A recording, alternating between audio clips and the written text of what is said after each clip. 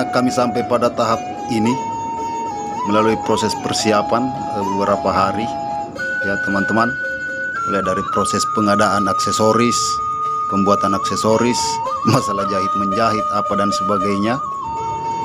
Kami sudah sampai di fase ini. Jadi sekarang saya dan adik-adik ini atau teman-teman dari Sanggar Seni Barajaya yang berkolaborasi dengan komunitas Tiga Lontar Pulau Libontoa itu sementara dalam proses menunggu mempelai pria dari Galesong, dari Takalar, untuk dijemput persembahan aru dan persembahan tari padupa.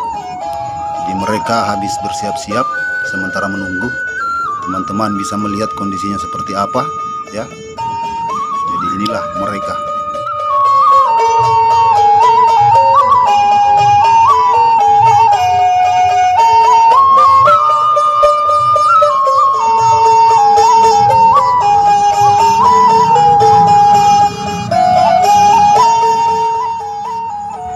Ya, untuk kali ini saya sebagai pembina dan Pak Mukhtar Balang yang di samping saya turut ikut turun lapangan karena adik-adik meminta untuk pertama kali ini mereka minta didampingi dulu.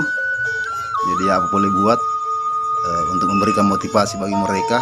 Jadi kami untuk kali ini ikut turun bermain di kegiatan penjemputan.